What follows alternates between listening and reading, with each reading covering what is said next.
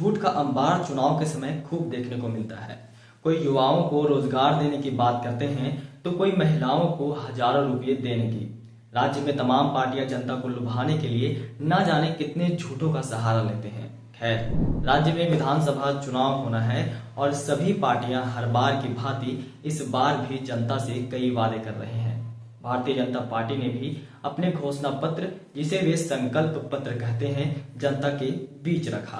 केंद्रीय गृह मंत्री अमित शाह ने रविवार को घोषणा पत्र जारी करते हुए घोषणा की कि अगर भारतीय जनता पार्टी झारखंड में अपनी सरकार बनाती है तो राज्य में समान नागरिकता संहिता यानी यूसीसी लागू करेगी, लेकिन जनजातीय समुदाय को इसके दायरे से बाहर रखा जाएगा।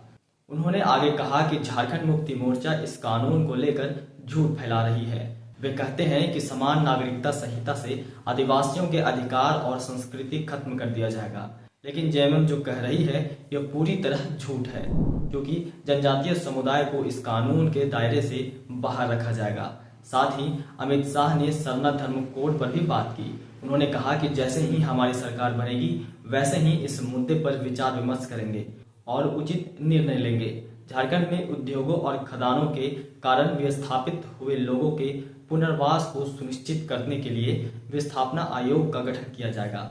सभी पार्टियों के भांति भी बीजेपी युवाओं को लुभाने में कहां पीछे हटते। उन्होंने लगभग 3 लाख युवाओं को सरकारी नौकरी देने का वादा कर दिया। साथ ही 5 लाख रोजगार के अवसर पैदा बीजेपी की सरकार में किए जाएंगे। पेपर लीक और नौकरियों में धांधली पर भी भाजपा कड़े कदम उठाने की बात कही है। सीजीएल पेपर लीक की भी सीबीआई जांच कराई जाएगी और जो भी दोषी पाए जाएंगे उन पर कड़ी कार्रवाई की जाएगी। हर युवा को 2000 रुपया बेकारी भत्ता देने का काम हम करेंगे और 2,87,000 युवाओं को एक ही साल में सरकारी नौकरी देने का काम भी भारतीय जनता पार्टी। राज्य में बांग्लादेशी घुसपैठ को लेकर बीजेपी ने तो पहले ही साफ कर दिया था कि उनकी सरकार बनी तो उन्हें घसीटकर राज्य से बाहर निकालेंगे।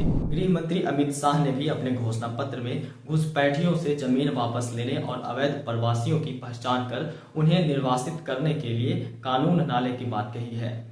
उन्होंने दावा किया कि अवैध प्रवासियों से माटी बेटी रोटी को खतरा है और भाजपा स्थानीय लोगों को सुरक्षा प्रदान करेगी।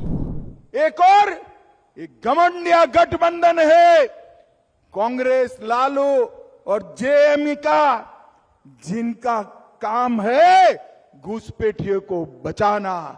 और एक और भारतीय जनता पार्टी है जिनका काम है आदिवासी और पिछड़ों की रोटी बेटी और भूमि को बचाना।